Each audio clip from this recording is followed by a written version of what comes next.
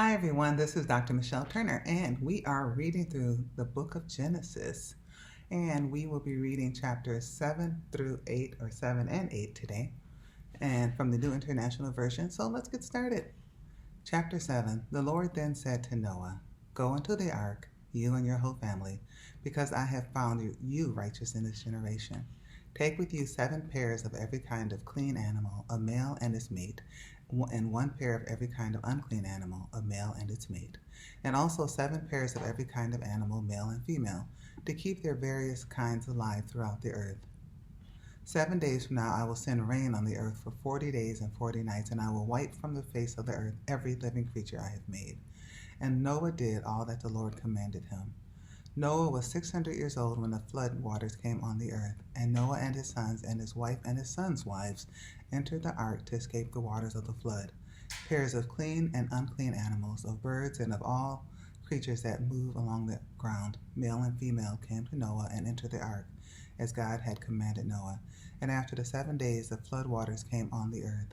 In the 600th year of Noah's life, on the 17th day of the 2nd month, on that day all the springs of the great deep burst forth, and the floodgates of the heavens were opened, and rain fell on the earth 40 days and 40 nights.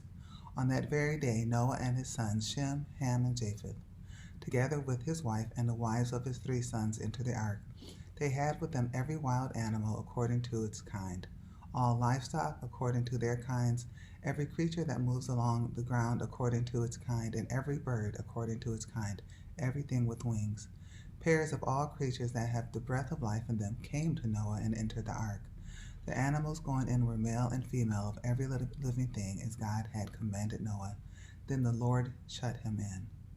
For 40 days the flood kept coming on the earth, and as the waters increased, they lifted the ark high above the earth. The waters rose and increased greatly on the earth, and the ark floated on the surface of the water. They rose greatly on the earth, and all the high mountains under the entire heavens were covered. The waters rose and covered the mountains to a depth of more than 15 cubits. Every living thing that moved on land perished. Birds, livestock, wild animals, all the creatures that swarm over the earth, and all mankind. Everything on dry land that had the breath of life in its nostrils died. Every living thing on the face of the earth was wiped out. People and animals and the creatures that move along the ground and the birds were wiped from the earth. Only Noah was left, and those with him in the ark. The waters flooded the earth for 150 days. But God remembered Noah. This is chapter 8. But God remembered Noah and all the wild animals and the livestock that were with him in the ark. And he sent a wind over the earth, and the waters receded. Now the springs of the deep and the floodgates of the heavens had been closed, and the rain had stopped falling from the sky. The water receded steadily from the earth. At the end of the 150 days the water had gone down, and on the 17th day of the 7th month the ark came to rest on the mountains of Ararat. The waters continued to recede until the 10th month, and on the 1st day of the 10th month the tops of the mountains became visible. After 40 days Noah opened the window he had made in the ark, and sent out a raven, and it kept flying back and forth until the waters had dried up from the earth. Then he sent out a dove to see if the water had receded from the surface of the ground. But the dove could find nowhere to perch, because there was water over all the surface of the earth. So it returned to Noah in the ark. He reached out his hand and took the dove and brought it back to himself in the ark. He waited 7 more days and again sent out the dove from the ark.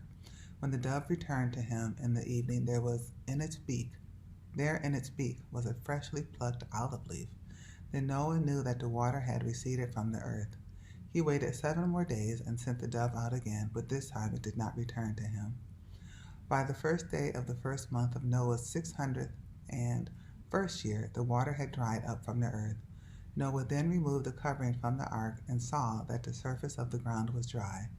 By the 27th day of the 2nd month, the earth was completely dry. Then God said to Noah, "Come out of the ark, you and your wife and your sons and their wives. Bring out every kind of living creature that is with you, the birds and the animals and all the creatures that move along the ground, so they can multiply on the earth and be fruitful and increase in number on it." So Noah came out, together with his sons and his wife and his sons' wives, all the animals and all the creatures that move along the ground and all the birds. Everything that moves on land came out of the ark, one kind after another. Then Noah built an ark to the Lord, and taking some of all the clean animals and clean birds, he sacrificed burnt offerings on it.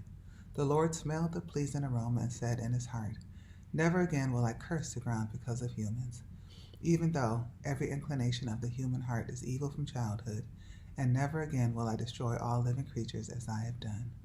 As long as the earth endures, seed time and harvest, cold and heat, summer and winter, day and night will never cease." And so that concludes chapters 7 and 8 from the book of Genesis, the New International Version. And may God bless you, and may the Lord add a blessing to the reading of his word.